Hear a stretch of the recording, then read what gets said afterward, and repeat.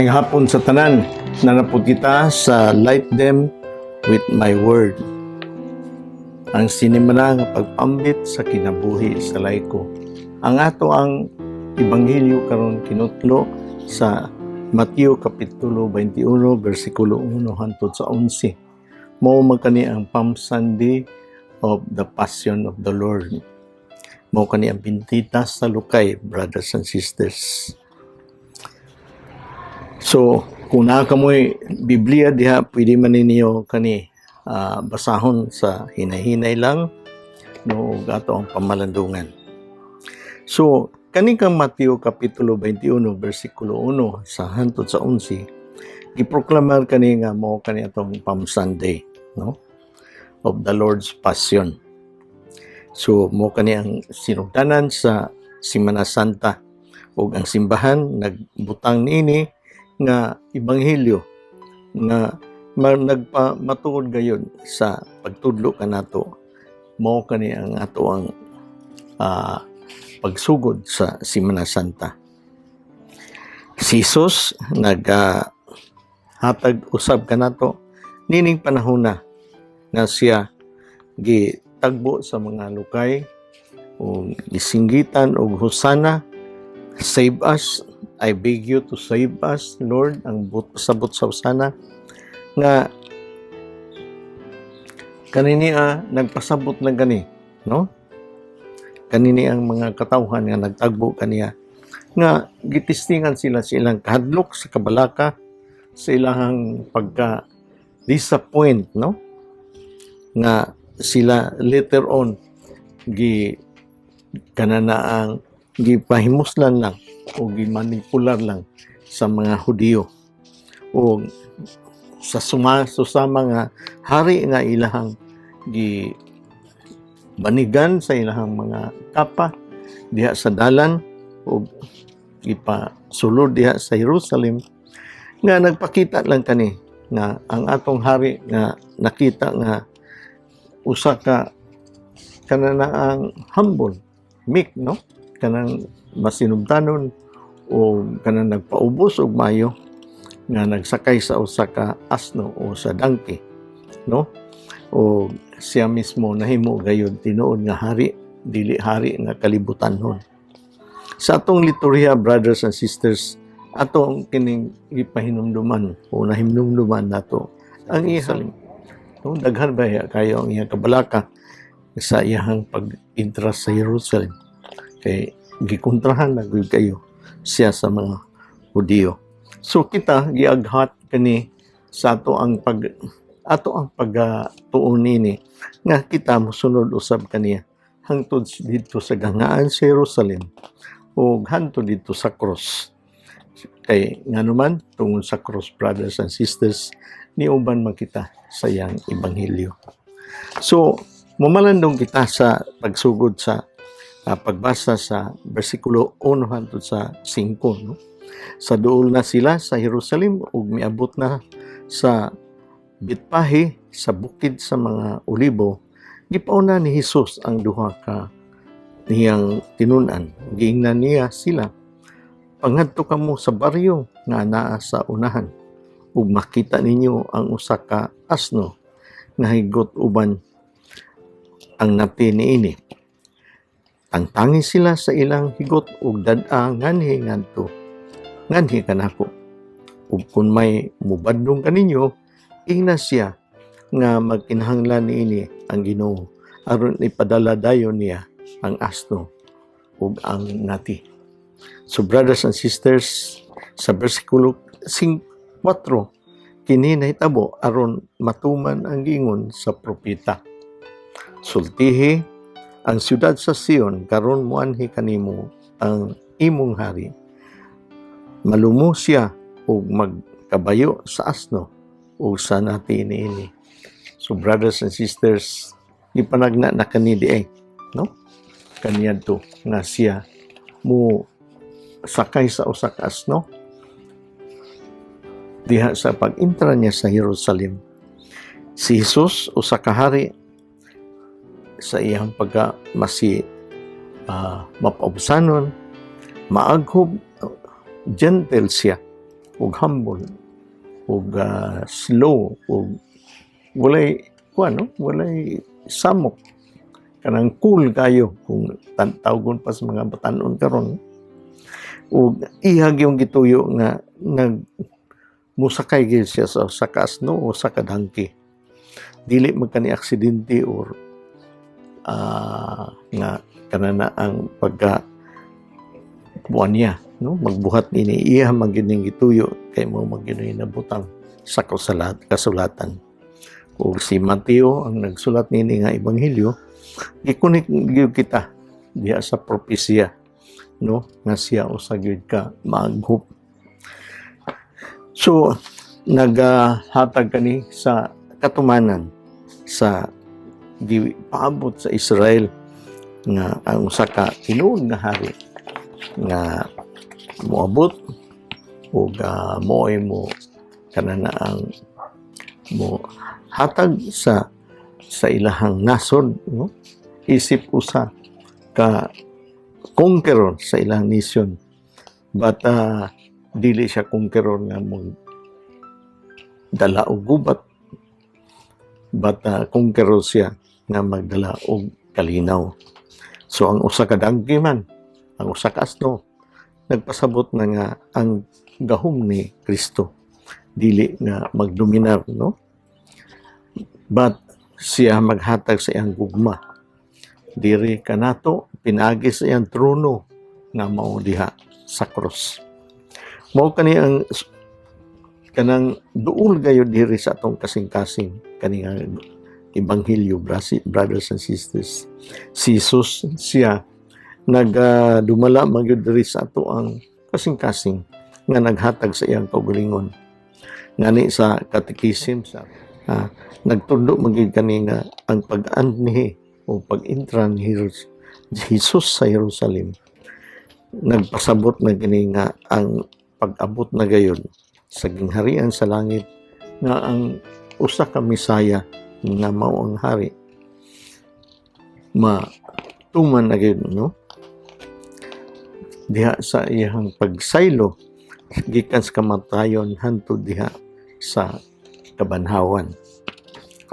So brothers and sisters, ang atong pangutana karon, ato bang maakseptar kani nga usa ka maanghop nga hari nga siya sikreto kayo diha sa kang Kristo, siya man ang Misaya nga simple kayo gi-konfirma niya, gituman niya ang plano sa ato ang Ginoo para iyang buntugon ang maong kanang kasalanan ining kalibutanan ug luwason kita mga makasasala.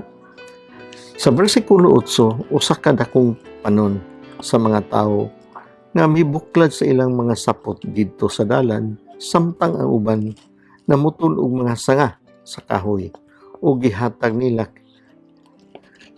sa agianan.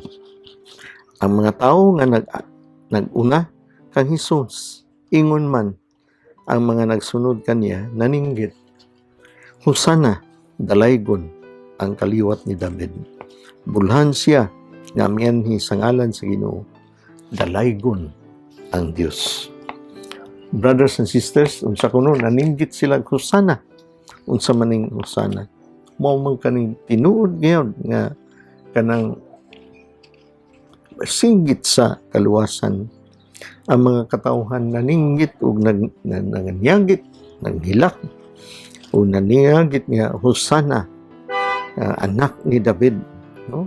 Sa bersikulo 9. Hosana, mao man kani ang singgit, brothers and sisters, nga salbara kami Ginoo sa amo ang pag-ampo kanimo.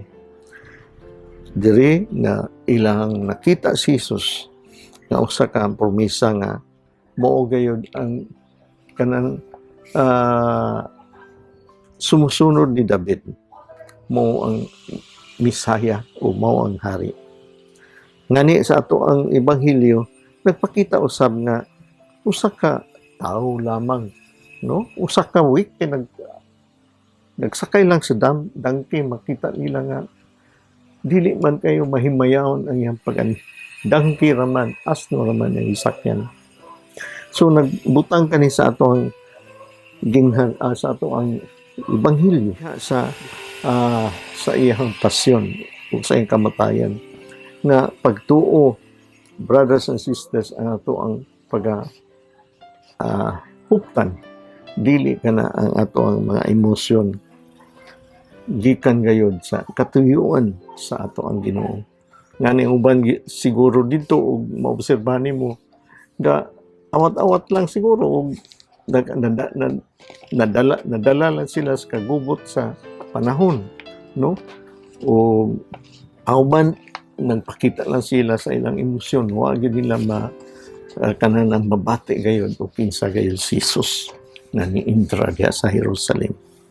So brothers and sisters, kung kita moingon husana, tininuod ba yun kita na nag-ingon ini, nagsiyagit ang Jesus, nga salbara kami, Ginoo sa among mga kasalanan. Labi na sa itong mga kasalanan, na wala gyud excuses, no? Walay pasumangil nga mga kasalanan. Tininuod gayud nga salbara kami, Ginoo sa among mga kasalanan. Husana in the highest, no? Sa versikulo 10, sa pagsulod ni Jesus sa Jerusalem, nagkaguliyang ang kitibuok syudad, nangutana ang mga tao, kinsa man kini siya? Sila mitubag si Jesus siya, ang propeta nga taga Nazaret sa Galilea. So brothers and sisters, ang syudad ay natandog kay si Kristo ni abot. Si Kristo, brothers and sisters, ang tibuok syudad sa versikulo 10, no? Natandog sa presensya sa ato ang Ginoong Hesus. Nauyog ang Jerusalem, ang tanang tao, nanginahanglan sa ilahang pangutana, kinsa man kani, unsa man kini, unsa may nahitabo ni syudad. Ug ang tubag ni brothers and sisters, dako kayo nga tubag kani si Jesus. Ngani ang ilang pagtuo nga propeta from Nazareth, gikan sa Nazareth, ngadto sa Galilee. Sa versikulo 11, tinuod, but dili kumplito. Dili man siya propeta. Dili man siya propeta, but more siya usa ka Ginoo.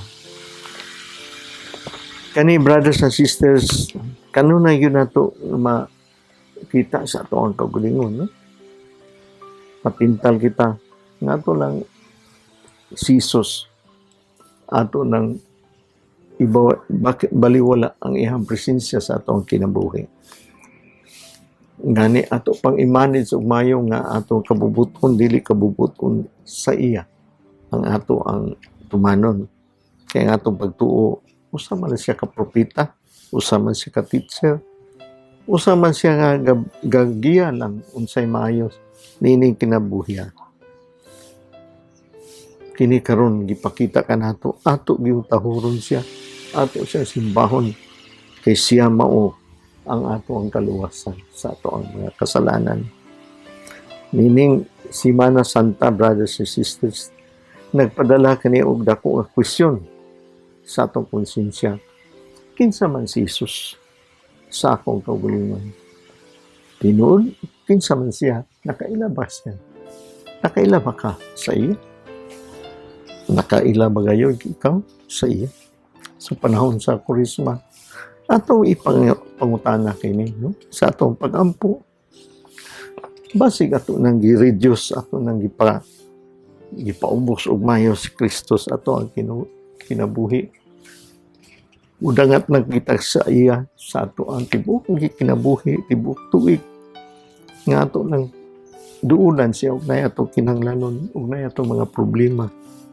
Mura lang siya usa ka figure nga gikinahanglan nato og nay ato kinahanglan.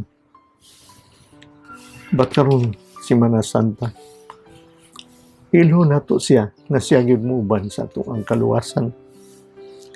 Ilhon yun nato siya nga kita, brothers and sisters, mo surrender gay kita sa iya kay siya man ang atong Ginoo. Siya man gyud, brothers and sisters, ang mo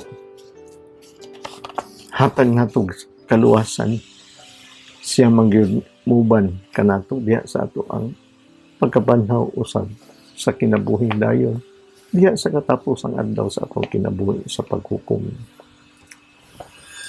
So brothers and sisters, salamat kayo ug may hapon sa tanan. Light them with my word. Maayong pagselebrar sa ato ang Semana Santa. Ilhon gayud nato si Jesus, kinsa man gyud siya.